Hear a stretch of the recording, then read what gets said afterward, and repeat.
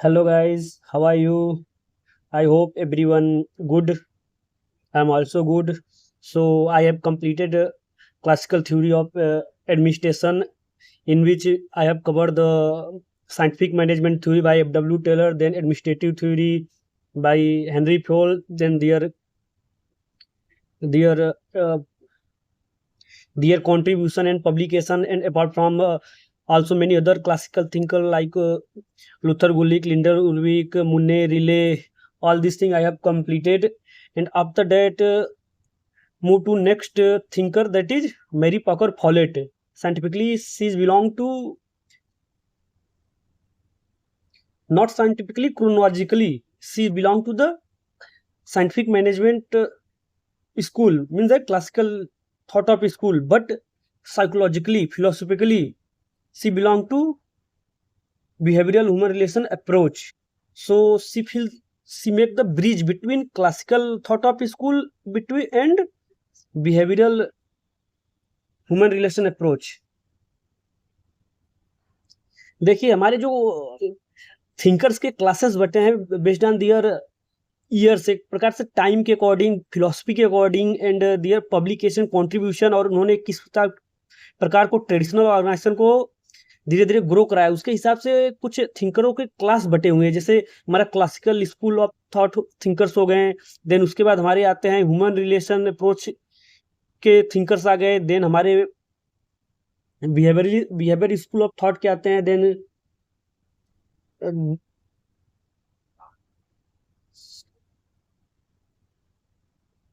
Then system approach आता है। Like wise जैसे जैसे बढ़ते गए हैं हमारे ऑर्गेनाइजेशन में, मतलब सारे थिंकर्स के फिलोसफी एंड उनके कंट्रीब्यूशन। तो हमने क्लासिकल थिंकर पढ़ लिया। अब हमारा नेक्स्ट जो है थिंकर है हमारा मैरी पॉकर फॉलेट, जो कि हमें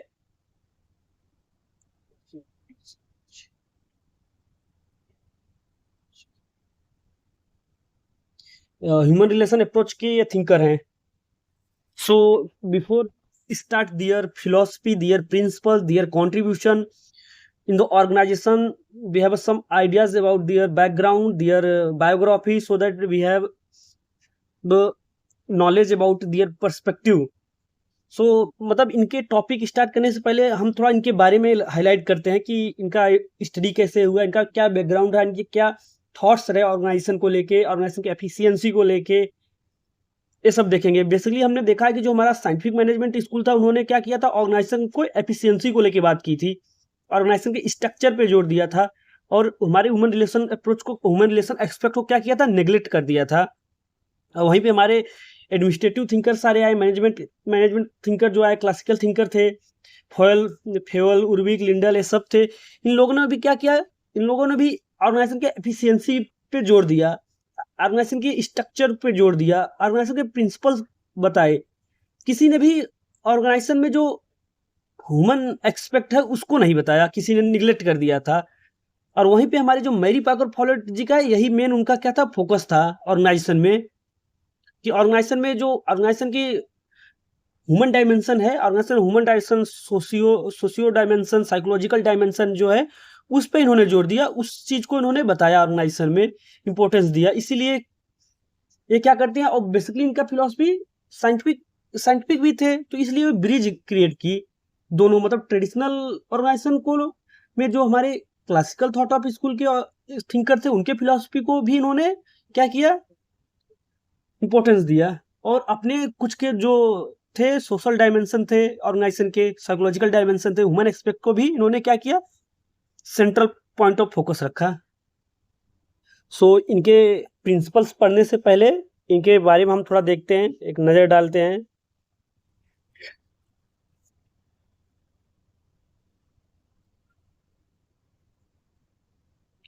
सो Follett was born in USA.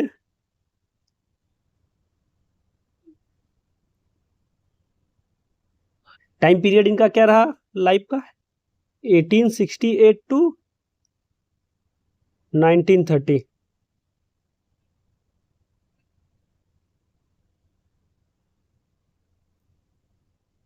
And she was influenced by her school teacher, most important thing, मतलब इनका स्कूलिंग हो रहा बोस्टन में हुआ था, बोस्टन सिटी में।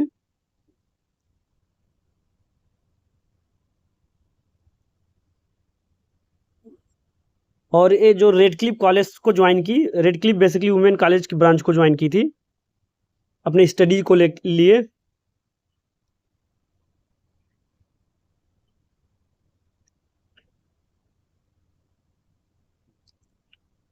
हार्वर्ड। देन इसके बाद इन्होंने क्या किया, इंग्लैंड भी चली गई पढ़ने के लिए। फिर अपनी बेसिकली इनकी पढ़ाई जो हुई लॉ, फिलॉसफी, इस सब चीज़ों में हुई इनकी पढ़ाई।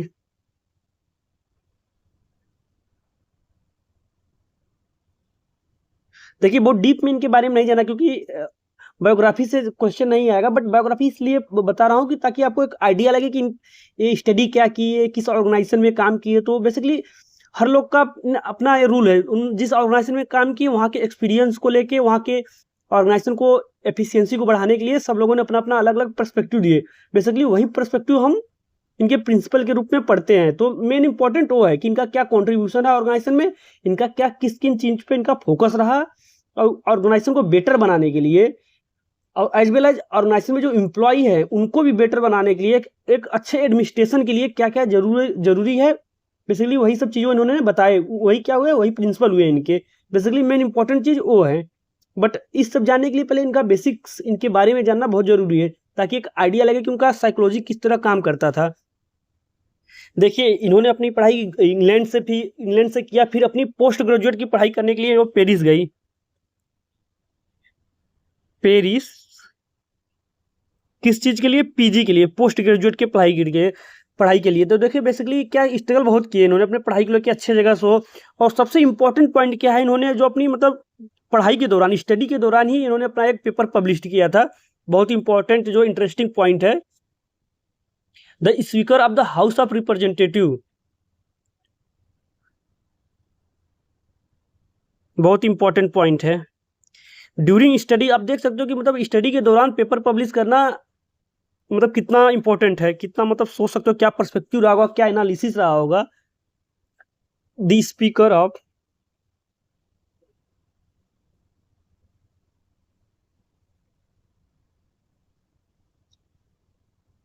House of representative,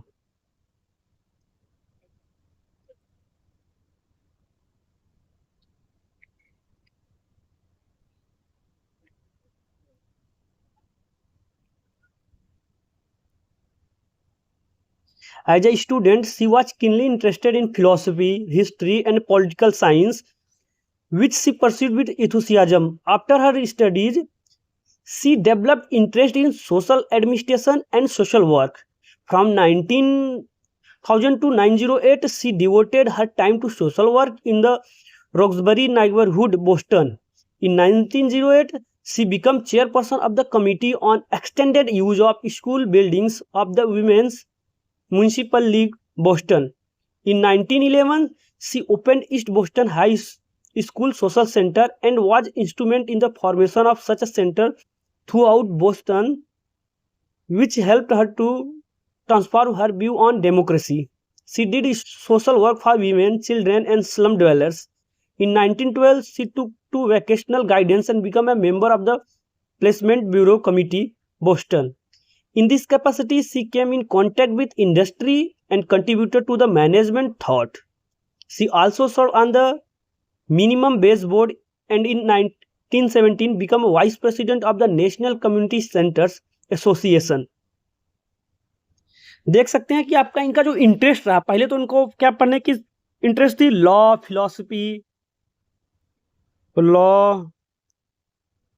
philosophy, political, इस सब में इनका क्या था, इंटरेस्ट था, history.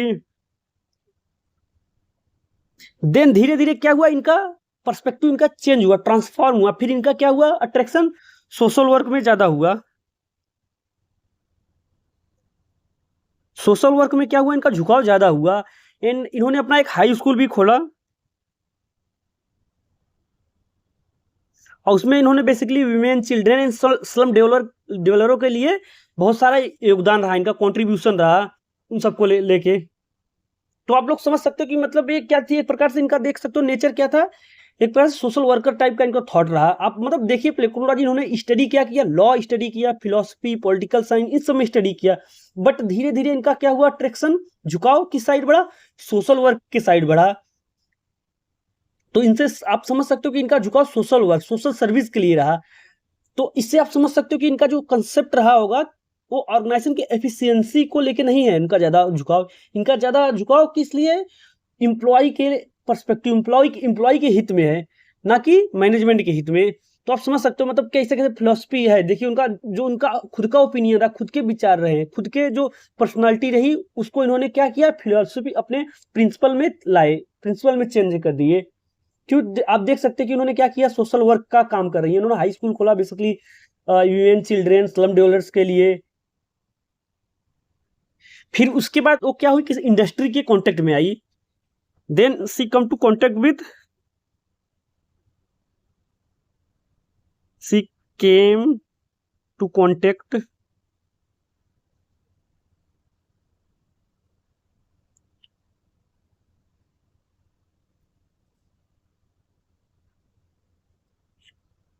Contact with manage industry and contributed to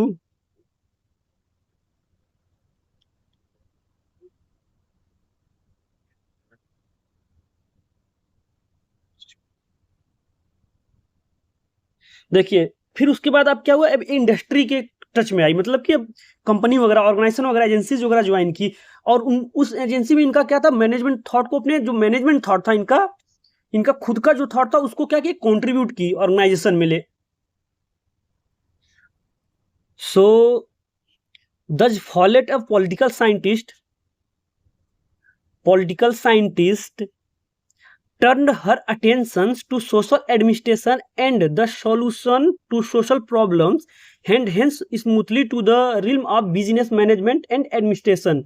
She published The Speaker of the House of Representatives in 1896, The New State 1918, Creative Experience 1924, Dynamic Administration 1941, posthumously edited by Metcalfe and Urwick, and Freedom and Coordination Lectures in Business Organization 1949। देखिए आप देख सकते हो कि जो एक political scientist थी, उनका धीरे धीरे क्या था, टर्न रहा, सोशल वर्क में रहा, और अपने थॉट को इन्होंने बताया और कुछ बुक पब्लिश किए। जैसे so I have write the book, famous book है, देखिए इनका क्या है, the speaker of the house of Representative. बहुत इंपॉर्टेंट, क्योंकि इन्होंने अपने स्कूलिंग के टाइम इन्होंने बुक को पब्लिश किया था। The speaker of the house of representative, then the new state 1918, creative experience 1924, and dynamic administration 1941। इसको पोस्टमसली मतलब बाद में मेटकाल्फ एंड उर्विक के द्वारा क्या किया था, रिपब्लिश किया था, एडिट किया गया था। So let's start introduction.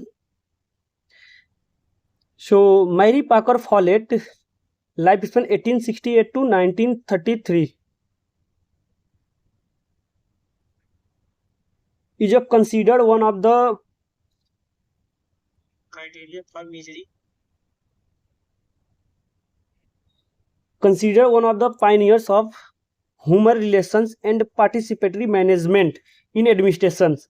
Her ideas were compiled in the book Dynamic Administration 1941, edited by Henry C. Metcalfe and Lyndall Urwick। देखिए जो डायनेमिक एडमिनिस्ट्रेशन इनकी पब्लिकेशन है, बहुत इंपॉर्टेंट है। इसका ईयर आप लोग याद किए 1941, and then edited by Henry C Metcalf and Lyndall Urwick. So ये बहुत इंपॉर्टेंट है।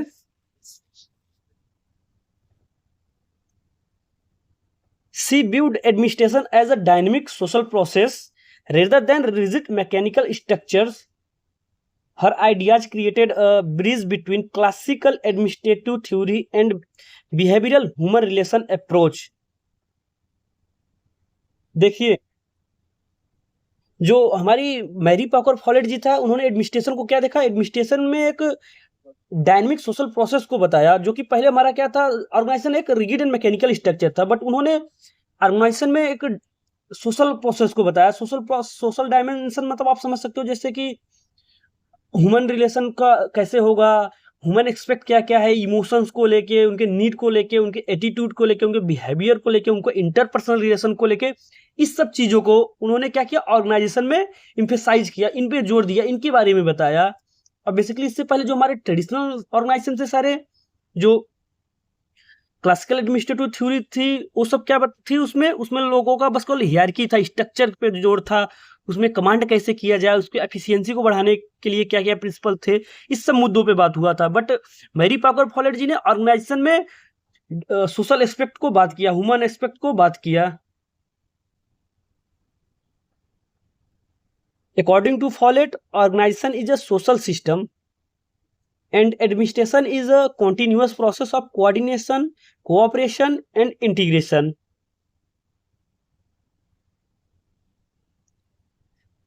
So second meaning of dynamic administration, अभी देखिए हमने डायनेमिक एडमिनिस्ट्रेशन की बहुत सी बात हो रही है, तो अब इसका मतलब क्या होता है डायनेमिक एडमिनिस्ट्रेशन का, उसको समझते हैं। Dynamic administration means administration that is flexible, interactive and continuously evolving according to situation and group relationships।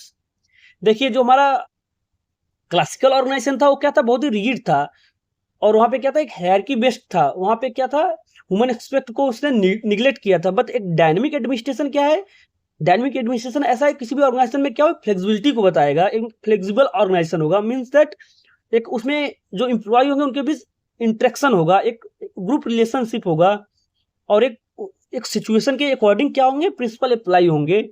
तो उन्होंने क्या बोला कि जो डायनेमिक एडमिनिस्ट्रेशन होना चाहिए, और डायनेमिक एडमिनिस्ट्रेशन के की फीचर्स क्या है,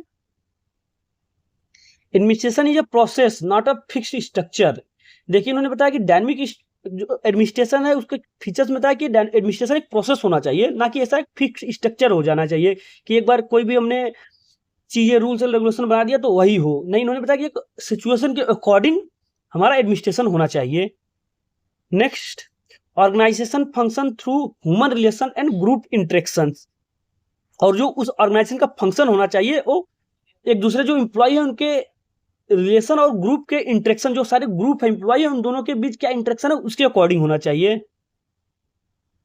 decision should be based on situational need rather than rigid authority, और ये बताया कि जो हमारा डिसीजन लिया जाना चाहिए उस समय क्या सिचुएशन है, किस हिसाब का सिचुएशन है उसके अकॉर्डिंग होना चाहिए, ना कि एक रिगिड अथॉरिटी, मतलब एक रिगिड रूल कोई बना दिया गया है उसी के अकॉर्डिंग नहीं होना चाहिए। Conflict should be use constructively for innovation and improvement. देखिए इनका जो सेंटर थीम रहा है वो कंस्ट्रक्टिव मैकेनिज्म को लेके रहा है। जो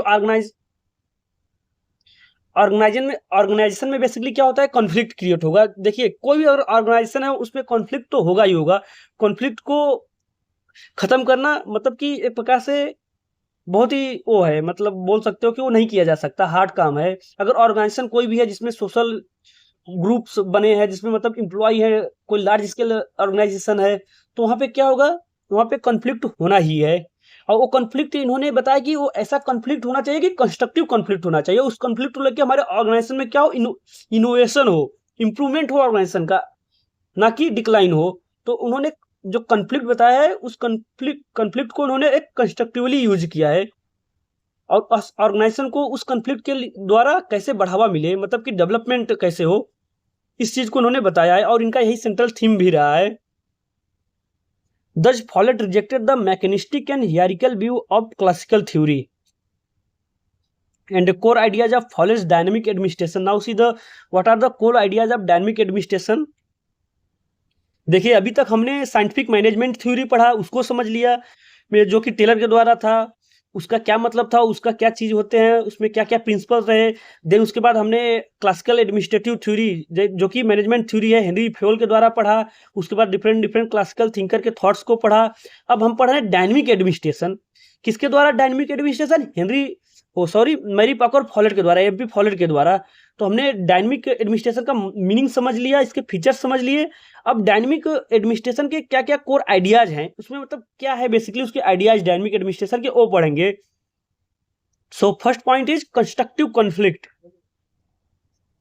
देखिए जो हमारा कोर आइडियाज है फॉलेट का डायनेमिक एडमिनिस्ट्रेशन में, सबसे पहला पॉइंट है जो कि कंस्ट्रक्टिव कॉन्फ्लिक्ट क्या होता है। बेसिकली देखिए इन्होंने ऑर्गेनाइजेशन में कॉन्फ्लिक्ट को लेके बताया है, तो बट उन्होंने कॉन्फ्लिक्ट को हार्मफुल नहीं बताया, मतलब कुछ ऐसा एक वारफेयर नहीं बताया कि जो कॉन्फ्लिक्ट होता है वो वार नहीं है। उन्होंने उसको एक क्या बोला, एक कंस्ट्रक्टिव कॉन्फ्लिक्ट का नाम दिया, और उसका क्या मतलब है देखते हैं। Follett believe that conflict is a natural and inevitable in organizations, means that कि मतलब जो कॉन्फ्लिक्ट हो रहा है क्या है, नेचुरल, स्वाभाविक सा, और उसको मतलब खत्म नहीं किया जा सकता। And she argued conflict is not a necessary harmful, it reflects differences of opinion और इंटरेस्ट।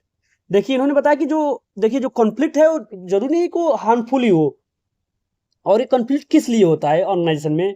बेसिकली ऑर्गेनाइजेशन में बहुत सारे लोग होंगे, वर्कर होंगे, मैनेजर होंगे, सुपरवाइजर होंगे, टॉप मैनेजर होंगे, सब बहुत सारे डिफरेंट डिफरेंट लोग होंगे, और डिफरेंट डिफरेंट जगह से आए होंगे, डिफरेंट डिफरेंट उनका क्या होगा, पर्सपेक्टिव होगा। तो बेसिकली जो कॉन्फ्लिक्ट होता है डिफरेंट ओपिनियन की वजह से होता है। आइए मैं आपको एग्जांपल देके बताता हूँ। जैसे आप मान लीजिए आप किसी भी ऑर्गेनाइजेशन में काम कर रहे हो, सपोज आप किस ऑर्गेनाइजेशन में काम कर रहे हो, मान लीजिए वो कोई भी ऑर्गेनाइजेशन प्रोडक्शन ऑर्गेनाइजेशन है। जैसे अब मान लीजिए कोई भी ऑयल बनाने की ऑर्गेनाइजेशन है, तो उसमें आप कोई भी एम्प्लॉय हो, कुछ आपके थॉट्स होंगे, आपका मैनेजर कुछ मतलब ऑर्डर दे रहा है, बट क्या लगेगा उस ऑर्डर को, आपको लगेगा नहीं ऐसा होना चाहिए, कुछ इस तरीके से होना चाहिए। तो क्या हुआ यहाँ पे, ओपिनियन क्या हुआ, ओपिनियन डिफरेंसेस हो गया, और ओपिनियन डिफरेंसेस को लेके क्या होगा, कभी कभी कंफ्लिक्ट हो जाता है। तो बेसिकली इसी कंफ्लिक्ट को मैरी पॉकर जी ने क्या किया, पिकअप किया, और इसी को अपना प्रिंसिपल का सेंटर पॉइंट बनाया, और इसी को लेके उन्होंने अपनी जो प्रिंसिपल्स वगैरह थे उसको बताया है कि ये जो कॉन्फ्लिक्ट है उसको हम कंस्ट्रक्टिव कैसे यूज कर सकते हैं, और उसको कॉन्फ्लिक्ट को रिजॉल्व करने के क्या क्या मेथड्स है। बेसिकली यही सब चीजें उन्होंने बताया। और ऑर्गेनाइजेशन में जो हमारा मैनेजर होना चाहिए वो किस प्रकार से ऑर्डर देना चाहिए, क्या क्या अथॉरिटी, रिस्पॉन्सिबिलिटी, बेसिकली सब चीजों को लेकर उन्होंने बताया है। बेसिकली देखिए इनका सब चीजें क्लासिकल एडमिनिस्ट्रेटिव टाइप का ही है, बट इनका जोर यहाँ पे क्या है, किस चीज को लेके, सोशल स्ट्रक्चर को लेके है, सोशल डायमेंशन को लेके है ऑर्गेनाइजेशन में, ना कि एफिशिएंसी पे बात की है इन्होंने। मतलब ऑर्गेनाइजेशन में जो चीजें हैं, मन मुटाव वाली चीजें, मतलब लड़ाई झगड़ा वाली चीजें, इसको कैसे कम किया जाए, और ऑर्गेनाइजेशन को एक अच्छा बेहतर ढंग से एक कैसे जो उनके एम्प्लॉय है उनके बीच कैसे एक अच्छा इंटरपर्सनल रिलेशन क्रिएट किया जाए, इस सब चीजों पे इन्होंने जोर दिया था, जो दिया है।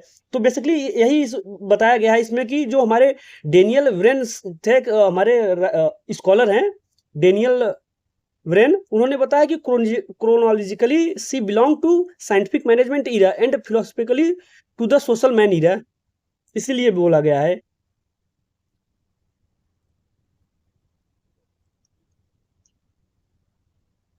And then properly handle conflict can lead to creative solutions and progressive method of conflict resolution. Now see the methods of conflict resolution.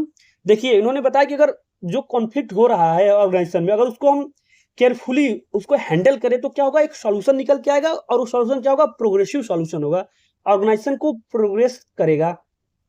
और मेन पॉइंट है कि उन्होंने कुछ मेथड्स बताए उस कॉन्फ्लिक्ट को सॉल्व करने के लिए। सो methods of conflict resolution is, देखिए इन्होंने बेसिकली तीन मेथड बताए थे इन्होंने, तीन मेथड बताए कॉन्फ्लिक्ट रिजोल्यूशन के। वो बेसिकली क्या है, हमारा पहला मेथड था डोमिनेशन,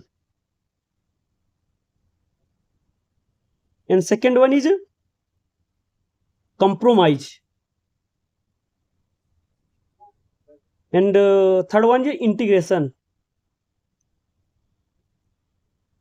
देखिए इसी तीनों पॉइंट पे हमारा इनका आपके जो यूजीसी नेट एग्जाम आएगा, तो बेसिकली इन्हीं तीनों पॉइंट में से कुछ ना कुछ आएगा। मतलब क्या होता है, इनके स्टेप्स क्या क्या है, इसी में क्या होगा आपका देखना, इससे ज्यादा नहीं आएगा। तो बेसिकली देखिए जो कॉन्फ्लिक्ट होते हैं उसको रिजॉल्व करने के तीन मेथड बताई मैरी पॉकर फॉलेट जी ने। तो उसमें पहला क्या मेथड है, डोमिनेशन, सेकेंड है कंप्रोमाइज, और थर्ड है इंटीग्रेशन। आइए एक एक करके देखते हैं। सो here first one is a domination. तो डोमिनेशन से आप समझ जाते हैं कि डोमिनेशन मतलब कि किसी एक का क्या होगा, डोमिनेंस होगा, तो जाके कॉन्फ्लिक्ट क्या होगा, रिजॉल्व होगा। So domination means one side wins the other loses, means that देखिए अगर हमारे दो दो एम्प्लॉय हैं, यहाँ एम्प्लॉय ए है एंड एम्प्लॉय बी है, इन दोनों के बीच अगर कॉन्फ्लिक्ट हो रहा है तो इनमें रिजॉल्व करने का एक तरीका होगा, या तो डोमिनेशन मेथड अप्लाई हो, किसी एक का क्या हो, जीत हो जाए, कोई किसी एक की जीत हो जाए, मतलब जिस चीज के लिए भी लड़ाई हो रही है उस चीज पे वो किसी एक का क्या हो, हासिल हो जाए, जीत हासिल हो जाए, तो इससे भी क्या होगा, कॉन्फ्लिक्ट रिजॉल्व हो जाएगा। बट एक क्या होगा, ये ऐसा तो मेथड है नहीं कि मतलब एक सॉलिड मेथड है, इसमें क्या हुआ, डोमिनेशन मेथड हुआ, किसी एक का ही हुआ। मान लीजिए मान लीजिए आपके मैनेजर ने आपको ऑर्डर दिए, आपको मीन्स दैट वहां पे आप दो लोग हो, दो लोगों को ऑर्डर दिया कि आपको कोई काम करना है, कोई टास्क है, उसको या तो आप 10 to 12 टाइम में करोगे, या तो उसके बाद मतलब इवनिंग में 4 to 6 करोगे। ये दो ऑप्शन दिया आपके सामने, मतलब दो ऑप्शन है आप लोगों के सामने काम करने के लिए।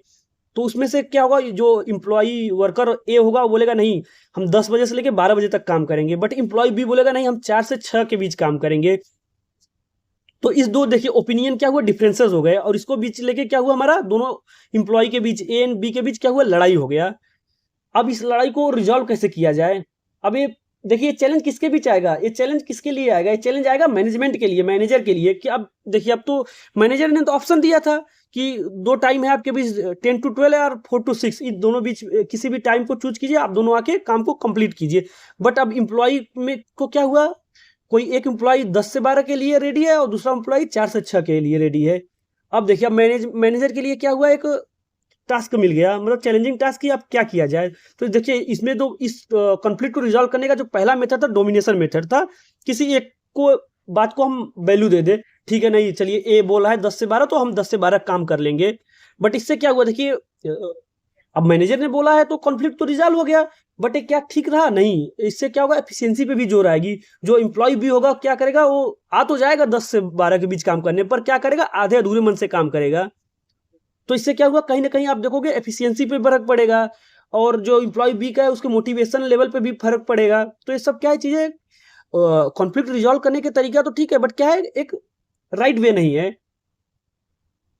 एंड सेकेंड मेथड क्या बताया, सेकेंड मेथड फॉलर जी ने बताया कि कंप्रोमाइज कर लिया जाए, बोथ पार्टी सेक्रीफाइस समथिंग। देखिए, कंप्रोमाइज मेथड्स में भी क्या है कि चलो ठीक है, दोनों में से कोई एक कंप्रोमाइज कर ले रहा है, ठीक है, मतलब एम्प्लॉय बी बोला ठीक है, अच्छा कोई नहीं, तुम्हारी बात सही है, कर लेते हैं, कंप्रोमाइज कर लिया, या कुछ भी हो ऐसा, दोनों लोग थोड़ा थोड़ा कंप्रोमाइज करके अपनी बात को मना ले। एक तो मेथड ये हो गया, compromise method. And third one is integration, and best most important point, and one of the best solution by Henry, sorry, Follett के द्वारा। देखिए, फॉलेट के द्वारा जो इंटीग्रेशन मेथड दिया गया वो one of the best method है। देखिए, कंप्रोमाइज भी क्या है, कॉन्फ्लिक्ट तो रिजॉल्व हो गया, बट कहीं ना कहीं इंप्लॉय को क्या करना पड़ा, कंप्रोमाइज करना पड़ा। तो ये भी मतलब एक सॉलिड मेथड तो नहीं लगा, बट है ठीक ठाक है, मतलब कॉन्फ्लिक्ट को रिजॉल्व कर देगा। बट थर्ड वन जो हमारा है इंटीग्रेशन, ये बहुत ही अच्छा तरीका है कोई भी कॉन्फ्लिक्ट को रिजॉल्व करने का ऑर्गेनाइजेशन में। So let's see what is a integration method, new solution satisfying all parties. देखिए, इंटीग्रेशन मेथड में हम क्या करेंगे, एक ऐसा तरीका अपनाएंगे, ऐसा बेस्ट वे निकालेंगे,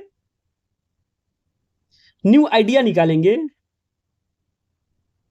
जिससे कि दोनों पार्टी के क्या हो, प्रॉब्लम सॉल्व हो जाए, और दोनों पार्टी खुशी खुशी क्या करे, अपना एग्री हो जाए, मतलब उनके बीच क्या हो, जो कॉन्फ्लिक्ट है वो खत्म हो जाए।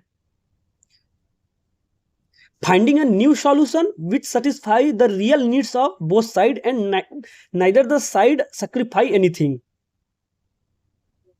so in which no one loses. Integration is considered the most effective democratic methods. Example, labor management conflict resolved through joint problem solving instead of bargaining victory. देखिए, इनमें बताया गया एग्जाम्पल, अगर लेबर और मैनेजमेंट के बीच कोई अगर कॉन्फ्लिक्ट है, उसको कैसे रिजॉल्व किया जाएगा, ज्वाइंट प्रॉब्लम सॉल्विंग के द्वारा, मतलब दोनों के जो प्रॉब्लम है दोनों को सॉल्व करो, और उनमें कोई बार्गेनिंग ना हो, मतलब कोई कॉम्प्रोमाइजिंग वगैरह ना हो, दोनों के प्रॉब्लम को सॉल्व करो, एक नया तरीका निकालो जो कि बेस्ट मेथड होगा। और देखिए, जो इंटीग्रेशन मेथड है उसको बेस्ट क्यों बताया गया है, क्योंकि इसके कुछ मेरिट्स है। तो मेरिट्स क्या है, देखते हैं मेरिट्स, इसके कुछ मेरिट्स हैं।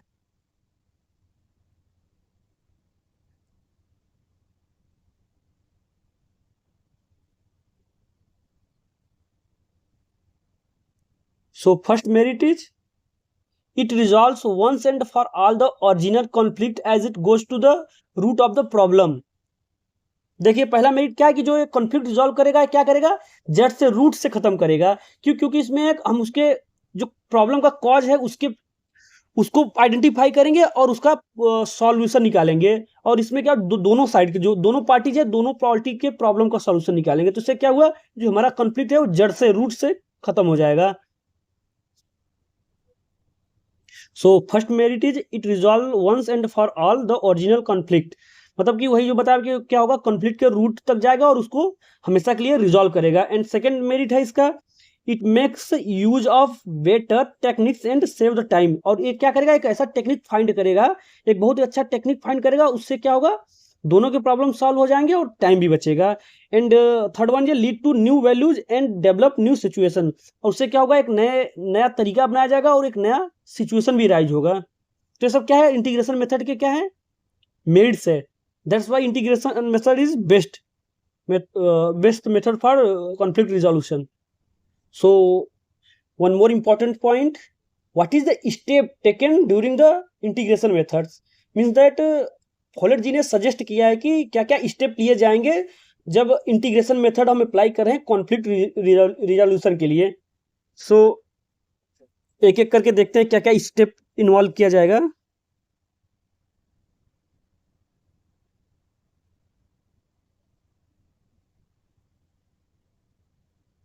Folate suggested the various steps in the achievement of integration.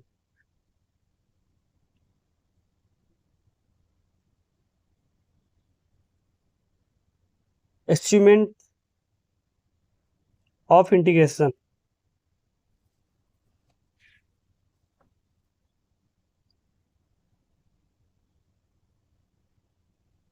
So I have a first step.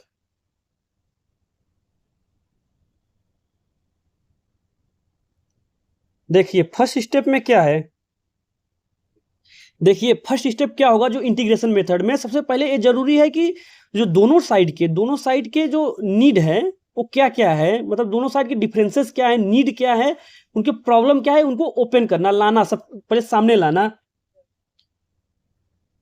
So each side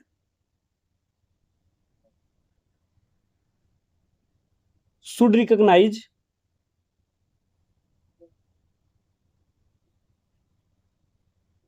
for itself as what to its real need and bring the differences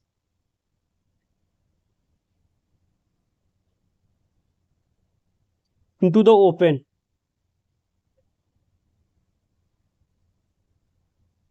देखिए बहुत ही important है। देखिए आप integration method में पहले क्या क्या steps है, तो पहला स्टेप था उसमें जो इंडिविजुअल हैं, मतलब जो वेरियस लोग हैं वो इन्वॉल्व हैं कॉन्फ्लिक्ट में, उनके क्या मतलब रिकॉग्निशन है, उनको खुद के प्रॉब्लम को रिकॉग्नाइज करो और सामने लाओ, ओपन करो। अगर देखिए अगर हम मन में ही रखे रहेंगे कहीं, मतलब छिपा के बताएंगे नहीं चीजें, क्या प्रॉब्लम है हमें, क्या नीड्स है, तो क्या होगा, इससे कॉन्फ्लिक्ट तो सॉल्व होने वाला नहीं है। तो इसलिए पहले सबसे पहले जरूरत है डिफरेंसेस जो हैं, मतलब दोनों पार्टीज के क्या डिफरेंसेस है उसको रिकॉग्नाइज करना, और उनके क्या नीड्स हैं उसको क्या करना, सामने लाना। पहले तो सबसे पहला काम ये है। And second step,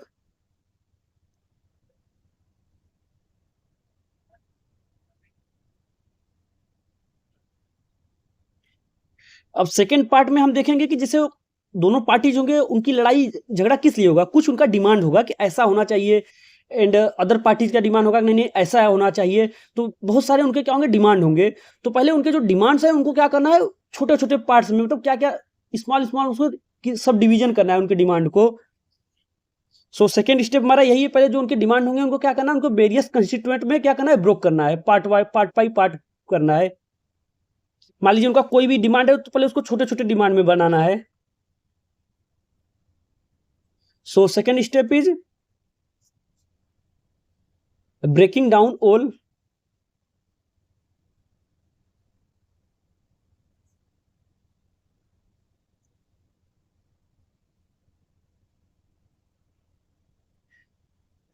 all demand into their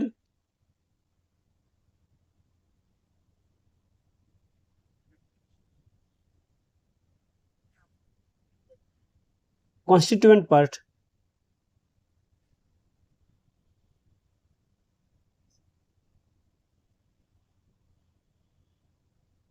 सो हमारा सेकेंड स्टेप में क्या था, जो उनके डिमांड्स होंगे, जो उनके डिफरेंसेस होंगे, उनको पहले क्या करना है, छोटे छोटे कॉन्स्टिट्यूएंट में ब्रोक करना है. And then third step,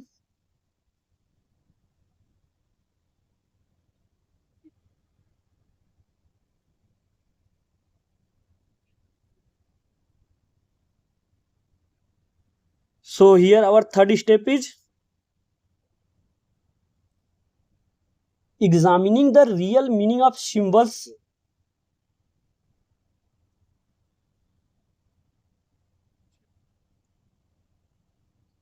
Examining the real meaning of symbols. देखिए इस स्टेप का क्या मतलब है, देखिए अभी हम तकले हमने क्या किया था, जो दोनों पार्टी के डिफरेंसेस थे, उनको क्या क्या अलग अलग नीड थे, उनको पहले ओपन में लाया, मतलब दोनों को आमने सामने लाके बातें किए, क्या दोनों लोग का प्रॉब्लम है, क्या मतलब रिक्वायरमेंट है, आप लोगों को क्या डिमांड है, उस सब बात पे हम डिस्कशन किए. और सेकेंड स्टेप क्या था कि जो उनके डिमांड थे, उनको डिमांड को पहले छोटे छोटे भागों में बांटे. मतलब ऐसा नहीं, क्या है, हो सकता है कि बहुत पार्टी की डिमांड बहुत बड़ी, कुछ ज्यादा ज्यादा हो, बट उनके जो ज्यादा डिमांड को है, कुछ छोटे छोटे भागों में हमने क्या किया, डिवाइड किए. एंड फिर थर्ड स्टेप क्या था, examining the real meaning of symbols. तो इसका मतलब क्या है, ये बहुत ही इंपॉर्टेंट पॉइंट है. देखिए इसको समझना बहुत ही जरूरी है, क्योंकि ये क्लियर कट नहीं लिखा है, मतलब ऐसा कि इजी सेंटेंस नहीं है कि आप समझ सको. तो इसको क्या है, इसका ब्रॉड व्यू है, इसको समझने के लिए थोड़ा एक्सप्लेनेशन जरूरी है. Examining the real meaning of symbols means that, देखिए अगर बोथ पार्टीज कुछ डिमांड कर रहा है, अगर बोथ पार्टीज के कुछ अलग अलग डिमांड है, तो उस डिमांड में क्या होगा, कुछ चीजें उनके होंगे, तो पहले वो जो चीजें हैं उसके कुछ सिंबल्स होंगे. मतलब क्या होगा, ऐसा नहीं डायरेक्टली कुछ उसके मतलब हो. जैसे मान लीजिए लोग, मतलब सिटीजन क्या कर रहे हैं, प्रोटेस्ट कर रहे हैं गवर्नमेंट के लिए अगेंस्ट में, कि हमें क्या चाहिए, मोर पुलिस इन लोकेलिटी, मतलब लोकल एरिया में क्या है, मोर पुलिस की मतलब जरूरत है, इतना उन्होंने डिमांड में अपना प्रोटेस्ट में कर दिया. बट अब ये देखिए, एक एज ए सिंबल यूज हो रहा है कि मोर पुलिस इन लोकेलिटीज. तो इसका मतलब क्या है, अगर हम इसको क्या करेंगे, इसका रियल एग्जामिनिंग समझेंगे, इस सिंबल का जो यूज हो रहा है कि मोर पीपुल इन लोकेलिटी, तो ये किस लिए, अगर इसके रियल मतलब समझेंगे, तो क्या होगा कि क्राइम कम हो, और जो चीजें मतलब कि क्या हो, लोग सेफ फील करे, लड़ाइयाँ कम हो. इस सब क्या है, मतलब कि उनको एक कहीं ना कहीं एक फियर है थेफ्ट्स का, क्राइम का और फाइटिंग का, इस सब के बचाव के लिए, मतलब सेफ्टी के लिए ये हमें प्रोटेस्ट किया जा रहा है, डिमांड है उनका, मोर पुलिस इन लोकेलिटीज. तो इसका एक सिंबल है, एक सिंबल जो यूज हुआ है, उसका हम रियल मीनिंग निकालेंगे. तो थर्ड स्टेप में यही है कि जो दो बोथ पार्टीज के जो डिमांड होंगे, उस डिमांड में कुछ सिंबल यूज होंगे, लैंग्वेज यूज होंगे, वर्ड यूज होंगे, उनका क्या होगा, उस सिंबल का हमें एक रियल मीनिंग पता लगाना है कि क्या एक्चुअली में वो क्या चाहते हैं. And then fourth step,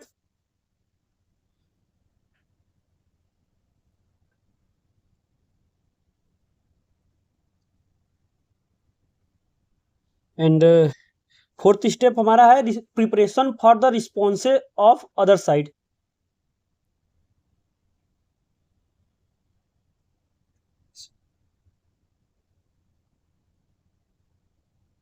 preparation for the response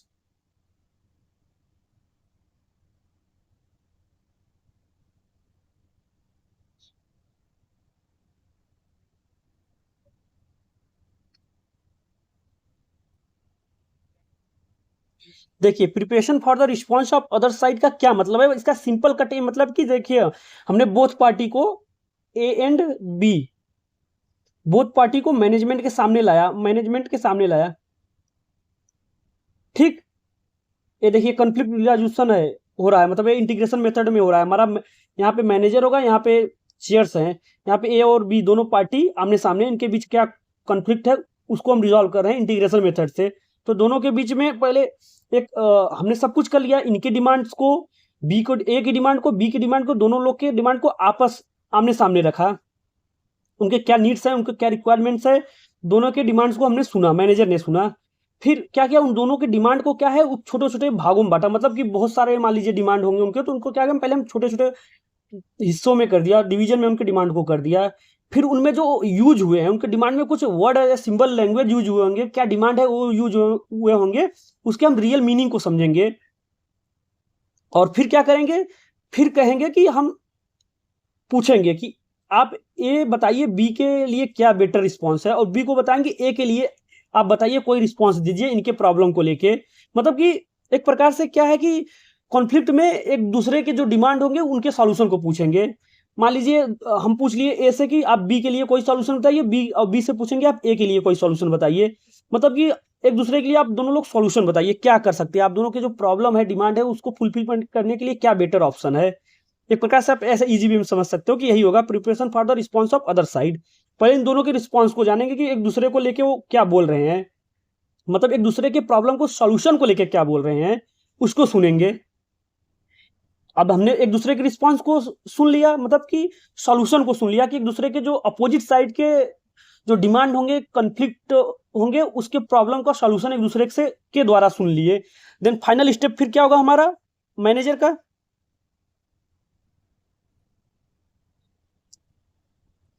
integration होगा। फिर फाइनल स्टेप हमारा क्या होगा, इंटीग्रेशन। यही तो हमारा मेथड है इंटीग्रेशन का। तो हमने सब कुछ जो हमारे पार्टीज है, कंफ्लिक्टिंग पार्टीज है, उन्हीं से प्रॉब्लम का सॉल्यूशन निकलवाया, और उन्हीं प्रॉब्लम के सॉल्यूशन को हम क्या किया, इंटीग्रेट कर दिए। Integration through the most satisfying way to end the conflict.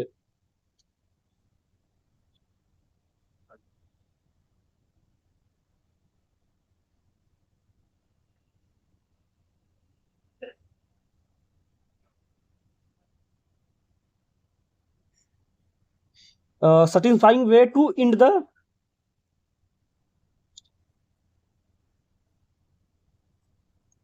conflict, that's all।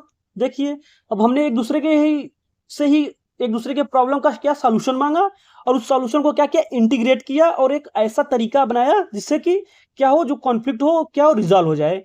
तो यही हमारा क्या हुआ, कॉन्फ्लिक्ट रिजोल्यूशन मेथड्स हुआ। इसमें क्या क्या स्टेप हुए हमने अच्छे से समझा। आई होप आप लोगों को बहुत अच्छे से क्लियर समझ में आया होगा कि क्या स्टेप्स होंगे इंटीग्रेशन मेथड्स में। और बेसिकली आप लोग अपने रियल लाइफ में देखोगे अभी यूज हो रहा है। अभी तो ये बहुत ईजी हो गया है ये सब चीजें करना, बट जब हमारे ट्रेडिशनल ऑर्गेनाइजेशन के एडमिनिस्ट्रेशन के बाद जब हमारा ये डायनेमिक एडमिनिस्ट्रेशन में आया था, तो ये सब चीजें वहां पे ये यूज में लाया गया, ये सब मेथड बताए गए, तब जाके अब हम ये चीजें कर पा रहे हैं इजी वे में। अगर ये सब चीजें नहीं पहले से पता होता तो हम इसको अभी एप्लीकेशन में नहीं ला सकते थे। तो अभी तो ये हम हमारे लिए बहुत ईजी है ये सब करना। और हम अगर ना भी पढ़े होते ये सब थ्योरी, इनकी फिलोसफी नहीं भी पढ़े होते, तो भी हम यही मैक्सिमम लोग जनरली यही करते हैं। बट क्यों, क्योंकि ये चीजें एप्लीकेशन में आ गया, इन रियल लाइफ यूज में हम लोग करने लगे धीरे धीरे। बट ये कहाँ से आया, ये सब चीजें इनके फिलोसफी, इनके कंट्रीब्यूशन से ही ऑर्गेनाइजेशन में सब चीजें आए हैं, तब जाके अब ये इजी हो गया है। नहीं तो पहले बहुत हार्ड था ये सब चीजें करना, मतलब सॉल्यूशन निकालना। So another topic is giving order. जो हमारा अगला पॉइंट है वो है giving orders. Giving of orders. देखिए जो हमारे क्लासिकल थिंकर्स थे सारे से, टेलर, उर्विक, गुल्लिक, ये सब क्या थे, इन्होंने ऑर्डर देने के लिए बताया। बट हॉलेट जी ने आल्सो एक्सेप्ट किया कि जो ऑर्डर देना ऑर्गेनाइजेशन में बहुत ही जरूरी है सीनियर के लिए। और इवन इन्होंने मतलब कि ऑर्डर देने के 4 स्टेप बताया कि कैसे कैसे ऑर्डर सुपीरियर देगा अपने सबऑर्डिनेट को, किस तरीके से देगा, किस वे में देना चाहिए। बेसिकली जो हमारे क्लासिकल थिंकर थे उन्होंने ऑर्डर देना एक मतलब एक रूल बना दिया, तो उसमें मतलब कोई तरीका नहीं बनाया कि बताया कि कैसे दिया जाए। बट उन्होंने बताया कि ऑर्डर देना हमारा क्या है, एक अथॉरिटी है, एक पावर है, किसका, सीनियर का जूनियर को। बट इनका क्या, जो मैरी पार्कर फॉलेट का तरीका था वे था थोड़ा अलग था, कि मतलब ऑर्डर तो सीनियर देगा बट कुछ अलग अंदाज में देगा, मतलब कुछ ऐसा देगा कि उससे कॉन्फ्लिक्ट ना क्रिएट हो, हमारा क्या सबऑर्डिनेट हो उस ऑर्डर को क्या करे, एक्सेप्ट करे, फॉलो करे। उस हिसाब से हमें ऑर्डर देना चाहिए, मतलब हमें मीन्स सीनियर को, मैनेजमेंट को। तो वही स्टेप हमारे फॉलेट जी ने बताया, basically 4 step. So here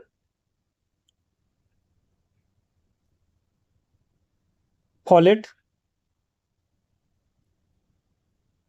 define 4 steps in giving order. So first one is a conscious attitude होना चाहिए।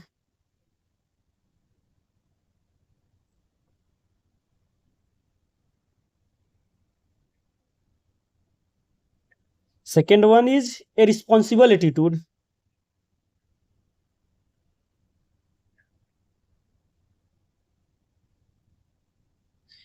अभी लिख देते हैं, फिर एक एक करके आपको अच्छे से एक्सप्लेन करेंगे क्या होता है। And third one is an experimental attitude.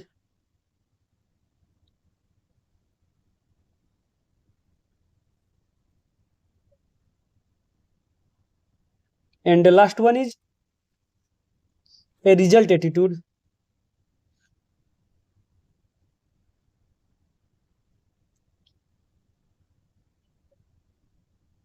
So देखिए, ये 4 स्टेप बताए, मतलब कि ऑर्डर देने के लिए एमपी फॉलेट जी ने हमारे बताए हैं, तो एक एक करके समझते हैं क्या है। So a conscious attitude means to know the different principle which underlying giving the orders. Means that देखिए, जो ऑर्डर देने के डिफरेंट डिफरेंट प्रिंसिपल है, पहले उसको क्या करना है, उनको जानना है, तब जाके ऑर्डर देना है। And the second one is a responsible attitude. A responsible attitude means to identify those principles which should become the basis of giving order. Means that अगर देखिए कोई भी ऑर्डर देने के क्या बेसिस प्रिंसिपल है, पहले हम उसको समझेंगे, देन हम क्या करेंगे, एक रिस्पॉन्सिबल एटीट्यूड में हम क्या करेंगे, ऑर्डर को देंगे। And third one is an experimental attitude. Experimental attitude means to make experiment to analyse the success of failure of orders. Means that पहले देखे एनालाइज करेंगे जो हम ऑर्डर दे रहे हैं उसका सक्सेस क्या क्या होगा या फेलियर क्या होगा, तो इसके पहले इसके हम रिजल्ट को क्या करेंगे, एक्सपेरिमेंट करेंगे, देन हम क्या करेंगे, ऑर्डर देंगे। And last one is a result attitude. A result attitude means that अगर पहले से कोई ऑर्डर दिया गया है, अगर उसका हम रिजल्ट देखेंगे कि मतलब क्या है, और ऑर्डर सफिशियंट था, उसके अकॉर्डिंग काम हो रहा है कि नहीं हो रहा है, अगर नहीं हो रहा है तो उसके अकॉर्डिंग हम क्या करेंगे, अपने मतलब एक ऑर्डर देंगे, तो हमारा क्या हुआ, रिजल्ट एटीट्यूड ऑर्डर हुआ। देखिए अब इन्होंने बताया, फॉलेट जी ने बताया कि जो ऑर्डर देना कोई सिंपल टास्क नहीं है। ऑर्डर देना भी अपने आप में एक बहुत ही डिफिकल्ट टास्क है, मतलब एक डिसीजन पे डिपेंड करेगा आप पे, मतलब एक बोलते हैं ना कि आपके क्या क्वालिटीज है, किस प्रकार से आप मैनिपुलेट कर रहे हैं अपने सबॉर्डिनेट को, कि आपका जो ऑर्डर है वो आपका जूनियर सबॉर्डिनेट उसको हैप्पीली क्या कर रहा है, एक्सेप्ट कर रहा है और उसको फुलफिल कर रहा है। अगर नहीं तो ऐसा क्या होगा कि अगर कोई किसी का एटीट्यूड नहीं सही है, किसी का तरीका नहीं सही है ऑर्डर देने का, तो उससे क्या होगा, मैनेजमेंट में, ऑर्गेनाइजेशन में मैनेजमेंट जो ऑर्डर देगा तो उसको क्या करेगा, हमारा सबॉर्डिनेट डिनाई कर सकता है, या तो उस ऑर्डर को लेके कंफ्लिक्ट क्रिएट हो सकता है। तो बेसिकली ये सब के ऑर्डर देने के भी इन्होंने क्या कुछ तरीके बनाए कि कैसे ऑर्डर देना चाहिए एक सीनियर को, सबॉर्डिनेट को, ताकि वो क्या हो, हैप्पीली एक्सेप्ट हो और उस चीज को क्या हो, फुलफिलमेंट हो, कॉन्फ्लिक्ट क्रिएट ना हो। देखिए इसके लेके मतलब गिविंग द ऑर्डर को लेके इन्होंने एक टर्म यूज किया है, बहुत ही इंपॉर्टेंट है। क्या टर्म है, depersonalisation of order.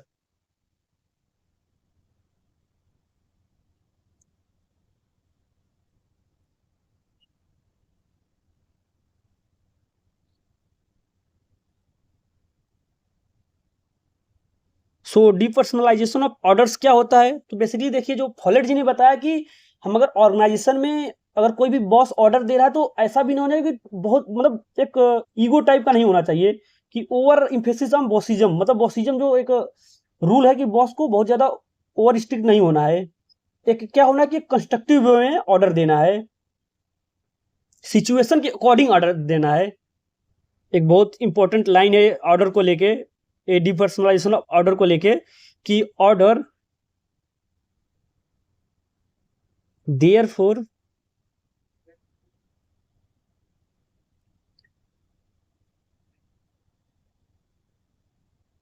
should come from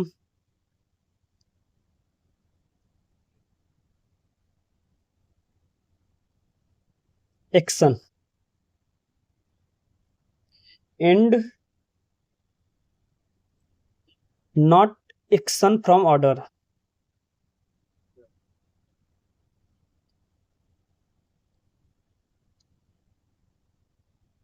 देखिए बहुत इंपॉर्टेंट लाइन है, इसमें बताया गया है कि जो ऑर्डर होना चाहिए, therefore orders should come from actions and not actions from order.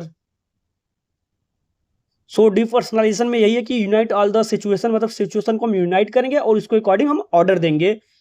तो मतलब कि सिचुएशन के अकॉर्डिंग ऑर्डर दे रहे हैं, मतलब जो काम चल रहा है वो काम को लेके, मतलब एक्शन को लेके हमारा ऑर्डर आ रहा है, ना कि ऑर्डर को लेके एक्शन हो रहा है। ऐसा नहीं होना चाहिए, टू बॉसिज्म हो जाएगा।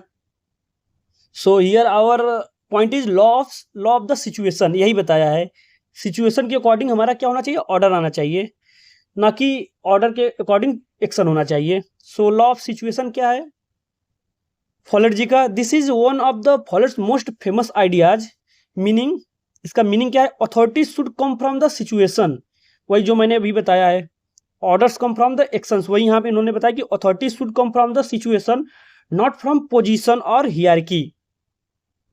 मीन्स दैट उन्होंने बताया कि अगर कोई भी, मान लीजिए हमारा मैनेजर है, तो उसके मतलब पोजीशन को लेके कि वो मैनेजर है, उसकी हियरकी में हमसे ज़्यादा अपर पोस्ट पे है, तो इस हिसाब से उसके पास अथॉरिटी नहीं होनी चाहिए। अथॉरिटी इस हिसाब से होनी चाहिए कि वो स्किल्ड है, उसको मतलब कि उस सिचुएशन में वो है, उसके पास एक ट्रेंड स्किल है, इसलिए हम उसके पास अथॉरिटी है और उस अथॉरिटी को हम क्या कर रहे हैं, फॉलो कर रहे हैं। Follett said both superior and subordinate should take orders from the situations. implication क्या है इसका, देखिए, decision depend on facts and circumstances, leadership based on knowledge and expertise, promote scientific decision making and cooperation. In example, in disaster management the officer with technical expertise may lead regardless of rank। देखिए यही बताया गया है कि देखिए अगर कोई disaster management हो रहा है तो वहां पे कौन लीड करेगा, जो टेक्निकल एक्सपर्टाइज होगा, मतलब वो डिजास्टर मैनेजमेंट को लेकर जो एक्सपर्टाइज होगा उसको लीड करना चाहिए, कि ना कि ऐसा होना चाहिए कि नहीं हमारा जो बॉस है वही लीड करेगा। तो ऐसा नहीं होना चाहिए। अथॉरिटी किसके हिसाब में आनी चाहिए, सिचुएशन के हिसाब से अथॉरिटी आनी चाहिए, कि क्या सिचुएशन है उसके अकॉर्डिंग अथॉरिटी मिलनी चाहिए, ना कि पोजीशन और हियरकी के अकॉर्डिंग मिलनी चाहिए। बेसिकली यही बताया गया है इसमें कि लॉ ऑफ सिचुएशन में फॉलेट जी ने बेसिकली यही बताया कि जो अथॉरिटी होनी चाहिए वो पोजीशन के अकॉर्डिंग आनी चाहिए, ना कि हियरकी और उसके रैंक के अकॉर्डिंग आनी चाहिए। Now one more important point which Follett give, that is power concept. Power concept means power with versus power over. ये बहुत ही इंपॉर्टेंट है और इससे बेसिकली पूछता भी है, मैचिंग में इसके क्वेश्चन आते हैं एमसीक्यू में। So most important point, power with versus power over. अब क्या है इसको हम एक एक करके समझते हैं। So folate reject authoritarian powers, मतलब कि जो फॉलेट जो उन्होंने reject authoritarian power means that जो एक रूल बेस्ड पावर थे, मतलब स्ट्रक्चर बेस्ड पावर थे, उसको उन्होंने रिजेक्ट कर दिया।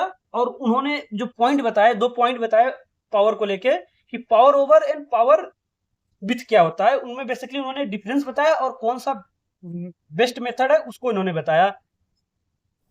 सो here first point is power over.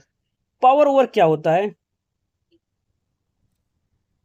So power over means, देखिए according to Follett, power is the ability to make things happen, to be a casual agent, to initiate change. She distinguish between power over and power with. So power over is less advantageous than power with. It means asserting oneself and forcing another to do one's will. It lead to resentment and reactions. However, it cannot be get rid of and hence should be reduced. देखिए power over में क्या होता है कि इसमें क्या होगा, domination होगा और किसी को मतलब वो काम करने के लिए फोर्सफुली कराया जाएगा, तो उससे क्या होगा कि उसके बीच पावर ओवर हो रहा है। तो क्या है, एक कोर्सिव अथॉरिटी है एंड हियररिकल कंट्रोल है, इसमें क्या होगा, डोमिनेशन होगा किसी एक के बिल का दूसरे के ऊपर। तो बेसिकली ये पावर ओवर है। और पावर ओवर क्या है, मतलब ठीक नहीं बताया गया है ऑर्गेनाइजेशन में। इसको गेट छुटकारा पाने के लिए, मतलब इसका एक सॉल्यूशन उन्होंने बताया कि इंटीग्रेशन जो मेथड हमारा है वो बहुत ही अच्छा मेथड है। देखिए इसमें क्या है, डोमिनेशन हो रहा है, तो अगर डोमिनेशन हो रहा है तो उसका क्या होगा, पावर ओवर मीन्स किसी एक के ऊपर ज्यादा पावर है, तो इससे क्या होगा, डोमिनेशन होगा किसी अनदर पार्टीज के ऊपर। और एक फिर क्या हो जाएगा, कोर्सिव अथॉरिटी हो जाएगा, मतलब एक फोर्सफुली मतलब किसी को कराया जा रहा है, तो इसमें क्या होगा, एक हियररिकल कंट्रोल होगा। जो हमारा टॉप मोस्ट होंगे उसके पास क्या होगा, ज्यादा पावर कंसंट्रेट होगा। And then second one is power with, और इसी को फॉलेट जी ने बेस्ट बताया। So power with means collective power, means that अगर हम इंटीग्रेशन मेथड देख रहे हैं तो उसमें क्या होगा, बोथ साइड को हम थोड़ा थोड़ा प्रायोरिटीज दे रहे हैं, तो इससे क्या हुआ, पावर विथ हो गया। तो कलेक्टिव पावर होगा, कोऑपरेशन होगा, पार्टिसिपेशन होगा। So Follett supported power with, which means collective decision making, democratic leadership, shared responsibility. तो ये सब क्या हुआ, हमारा power with. So this idea strongly influence participatory management and modern governance. देखिए जो पावर विथ का जो उनका कंसेप्ट रहा, वो बहुत ही इन्फ्लुएंस रहा, पार्टिसिपेटरी मैनेजमेंट को बहुत ही उसने इफेक्ट किया, और ये मॉडर्न जो गवर्नेंस है इसी के बेस पे है। Now another principle is that is group principle. Follett another principle is group principle. So what is the group principle? Follett emphasized the importance of group in a organizations. According to her, individual develop their identity through group interactions. देखिए उन्होंने बताया group principal में कि जो हमारा कोई organisation है उसमें क्या होगा, डिफरेंट डिफरेंट ग्रुप होंगे, और उस ग्रुप में अपना इंडिविजुअल कोई भी अपना एक आइडेंटिटी को रिफ्लेक्ट करेगा उस ग्रुप के इंटरेक्शन के द्वारा। वही बताया कि organisation is a network of group. जो हमारा ऑर्गेनाइजेशन होगा उसमें क्या होगा, ग्रुप नेटवर्क होंगे, मतलब बहुत सारे ग्रुप्स होंगे। And effective administration requires group cooperation. और जो हमारे ऑर्गेनाइजेशन के इफेक्टिवनेस के लिए हमें क्या होगा, जो उस ग्रुप होंगे, डिफरेंट डिफरेंट ग्रुप होंगे, उनके इफेक्टिवनेस को क्या होगा, उनके कोऑपरेशन को देखा जाएगा। अगर उनके बेटर कोऑपरेशन है तो हमारा ऑर्गेनाइजेशन क्या होगा, इफेक्टिव होगा। So Follett argued the individual is realize through the group and implication encourage team work and collaborative governance. तो देखिए अब इसमें क्या हुआ, उन्होंने फॉलेट जी ने बताया कि जो ग्रुप में होगा, इंडिविजुअल का जो इफर्ट होगा वो क्या होगा, रियलाइज होगा, और इसी से हमारा क्या होगा, एक कोलेबरेशन होगा, कोलेबरेट होगा, और क्या होगा, एक गवर्नेंस होगा, मतलब बेटर एडमिनिस्ट्रेशन होगा। And next coordination, 4 principle. देखिए हमारे फॉलेट जी ने भी कोऑर्डिनेशन के कुछ तरीके बताए। तो बेसिकली कोऑर्डिनेशन से मतलब आप ये समझते हो कि जो synchronising all the efforts of unit, मतलब किसी भी ऑर्गेनाइजेशन में डिफरेंट डिफरेंट जो यूनिट्स होंगे उनके इफर्ट को क्या करना, सिंक्रोनाइज करना, सम अप करना, और एक एफिशिएंसी को पाना, मतलब फाइनल आउटपुट तैयार करना। तो ये हमारा बेसिकली मैनेजमेंट का काम है। तो बट एक कोऑर्डिनेशन कैसे किया जाए, बेसिकली इसके 4 प्रिंसिपल फॉलेट जी ने बताए। So Follett gave 4 principles of coordination which are extremely important for exams. देखिए जो आपके एग्जाम के लिए बहुत ही जरूरी है, जो बेसिकली 4 प्रिंसिपल बताए हैं कोऑर्डिनेशन कैसे किया जाए। बेसिकली मैनेजर का, एडमिनिस्ट्रेटर का क्या है, फंक्शन है, और वो मैनेजर अपना कोऑर्डिनेशन फंक्शन कैसे कैसे करेगा, उसी को इन्होंने 4 तरीके बताए। So first is coordination by direct contact, means that official at all level should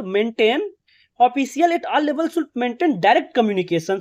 means that all the department, जितने भी डिपार्टमेंट होंगे उनमें क्या होगा, डायरेक्ट कॉन्टेक्ट रखेगा, डायरेक्ट कम्युनिकेट करेगा हमारा मैनेजर, और उन सारे डिपार्टमेंट के बीच क्या करेगा, कोऑर्डिनेशन करेगा, कोऑर्डिनेट करेगा। And second is coordination in early stage.